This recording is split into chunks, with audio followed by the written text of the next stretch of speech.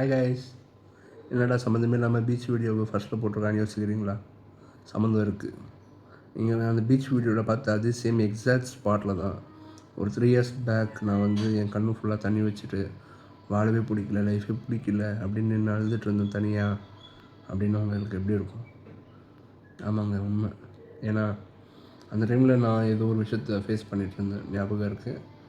ரொம்ப ப்ரோக்காக இருந்தேன், physically mentally ரொம்ப கஷ்டப்பட்டுட்டு இருந்தேன். எனக்கு லைஃபே வேண்டாம் அப்படின்ட்டு நான் அழுதுட்டு இருந்தேன். ஆனால் இன்றைக்கி நான் அந்த இடத்த தாண்டி வரும்போது, அந்த இடத்த பார்க்கும்போது, அந்த டைம் எப்படி இருந்ததில்ல அப்படின்னு தோணுச்சு. அண்ட் ஆல்சோ அந்த விஷயத்துக்கான நம்ம அவ்வளோ யோசித்தோம் அப்படின்னு தோணுச்சு. ஸோ ஆக்சுவலாக இந்த வீடியோ வந்து நான் கண்டென்ட்டுக்காக எடுக்கல. இன்றைக்கி நைட்டு இப்போ நான் அந்த இடத்த தாண்டி வரும்போது, அந்த இடத்த பார்க்கும்போது எனக்கு தோணுச்சு, ஷேர் பண்ணணுன்னு தோணுச்சு. ஸோ அதான் இந்த வீடியோவை நான் போடுறேன். இன்றைக்கி நான் ஹாப்பியாக இருக்கேன், சந்தோஷமாக இருக்கேன். என் ட்ரீமை நோக்கி நான் டெய்லி எஃபர்ட்ஸ் போட்டுட்டு அதுக்கு நான் ஒர்க் பண்ணிவிட்டு ஹாப்பியாக இருக்கேன்.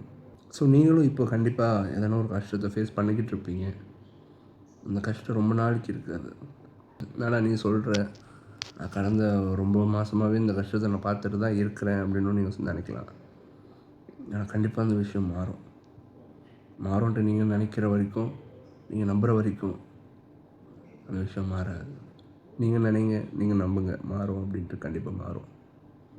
ஸோ ஆல்வேஸ் ஹாப்பியாக இருக்கணுன்ட்டு மட்டும் யோசிக்காமல் அந்த ஹாப்பினஸ் எப்படி கொண்டு வரலாம் அப்படின்ட்டு யோசிங்க. பாசிட்டிவாக இருங்க, மோட்டிவேட்டடாக இருங்க. எல்லாமே நல்லதாகவே நடக்கும். தேங்க்யூ.